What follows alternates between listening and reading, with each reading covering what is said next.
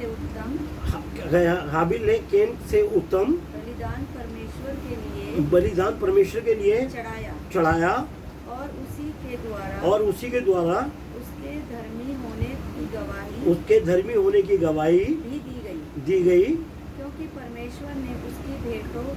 परमेश्वर ने उसकी भेंटों के विषय में गवाही दी और उसी के द्वारा वह मरने पर भी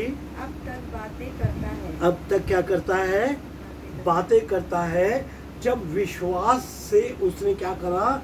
ये सारे कामों को करा। भेंट लेके गए। मैं अपनी भेंट परमेश्वर के सामने लेके जा रहा हूँ। मैं अपनी भेंट जिंदा खुदा के सामने लेके जा रहा हूँ।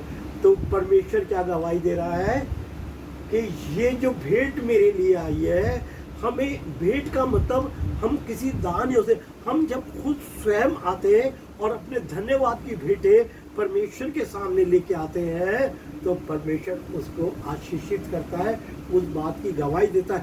प्रभु यीशु मसीह एक जगह मंदिर में खड़े हुए और तमाम लोग वहाँ, बड़े बड़े लोग खड़े हुए, बड़े बड़े दानी खड़े हुए, और लोगों ने वहाँ के घरा बड़ा से बड़ा दान दिया है, बड़ा सा बड़ा दान दिया है। एक वहाँ लिखा हुआ है, और एक विधवा है, उसके बाद 2 दमड़ी थी, उसने अपनी 2 दमड़ी खोली और वहाँ डाल दी। फिर प्रभु यीशु मसीह पूछ रहे, अच्छा ये बताओ तुम में से सबसे ज़्यादा दान किसने दिया है? वहाँ बड़े बड़े खड़े हुए थे, बड़े बड़े पासवान थे, बड़े बड़े फरीसी और बड़े बड़े लोग खड़े थे। वो सोच रहे थे शायद प्रभु यीशु मसीह मेरा नाम लेगा, मैंने सबसे ज़्यादा दिया है। मगर प्रभु यीशु मसीह ने कहा, वो जो कोने में विधवा खड़ी है ना, सबसे बड़ा दान उसने दिया। हालेलुया। लोग देख रहे हैं, यार ये गरीब औरत, इसने क्या दान दिया है। हाँ, प्रभु यीशु मसीह ने आगे बोला, इसके पास 2 ही दमड़ी थी, इसने अपना सब कुछ दे दिया। हमें भी प्रभु के पास विश्वास में आके अपना सब कुछ, हालेलुया, अपना पूरे मन से, पूरे हृदय से, पूरे रूह के साथ क्या करना है? आत्मा के साथ होके प्रभु के सामने आना है। हम ये ना सोचे कि हम प्रभु, अगर हम विश्वास करते हैं, हम कैसे विश्वासी हैं, बड़ा डिपेंड होता है। हम कैटेगरी में आ जाते हैं। प्रभु के पास कोई कैटेगरी नहीं है। प्रभु के पास तो सिंपल सा एक वो है, हाँ और आमीन। प्रभु ने जो कहा है वो हाँ और आमीन। अगर प्रभु ने वो 2 दमड़ी वाली को, सबसे बुजुर्ग हमारी माँ को सबसे बड़ा बताया कि उसने सब कुछ दे दिया, प्रभु भी हमारे जीवन में ऐसे ही चाहता है कि हम पूरे हृदय से, संपूर्ण हृदय से, बिना किसी लालच के परमेश्वर के पास, बिना किसी लालच के प्रभु यीशु मसीह, अगर हम विश्वास करते हैं। मैं सबको ये बता दूं, लोगों के पास बड़ी पैसे की बड़ी समस्या रहती है, सबके पास, और मैं सबको कहता हूं कि प्रभु यीशु मसीह के पास सबसे छोटा काम जो है वो आपकी पैसे की प्रॉब्लम को दूर करना है। ये काम प्रभु के लिए बिल्कुल छोटा है। और हमारी समझ वो क्या है, वो क्यों बोला गया है कि अगर तुम राई की दाने के बराबर विश्वास करोगे तो इस पहाड़ से कहो कि यहाँ से उखड़ के समुद्र में चला जाए।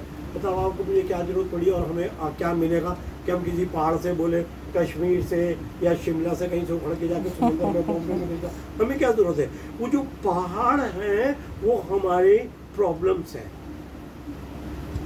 हमारे बच्चों की प्रॉब्लम, हमारी पैसे की प्रॉब्लम, परिवार की प्रॉब्लम्स और तमाम घर की प्रॉब्लम्स, ये तमाम चीज, ये जो वो पहाड़ है, वो जब हम सो रहे तो वो पहाड़ को लेके सो रहे, उठ रहे तो आँख खुलते के साथ ही आए क्या होगा। मगर वो कह रहा है अगर राई के दाने, हमारा विश्वास, प्रभु ये चाहता है कि हमारा विश्वास दृढ़ हो, हमारा विश्वास पक्का हो।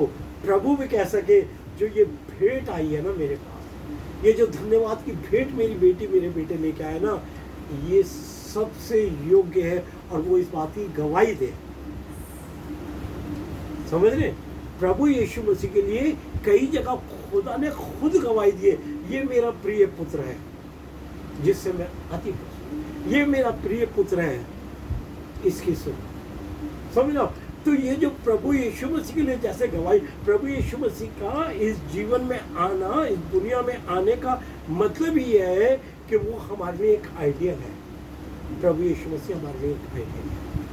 हम एक दूसरे को फॉलो करते हैं, कोई हीरोइन को देख के बहनें वो करती हैं हीरो को देख के, भाई वो करते हैं कि उसका स्टाइल और उसकी बातचीत है वो, ऐसे प्रभु यीशु मसीह हमारे लिए स्टार है। उसको देख के हमें क्या है, हमें फॉलो करना है प्रभु। इसलिए उसने कहा जो काम मैंने किए वरन तुम इससे बड़े बड़े करोगे। हालेलुया। करेंगे तो जब हम उसके विश्वास में क्या रहेंगे, बने रहेंगे, दृढ़ रहेंगे, उसके विश्वास में बने रहेंगे।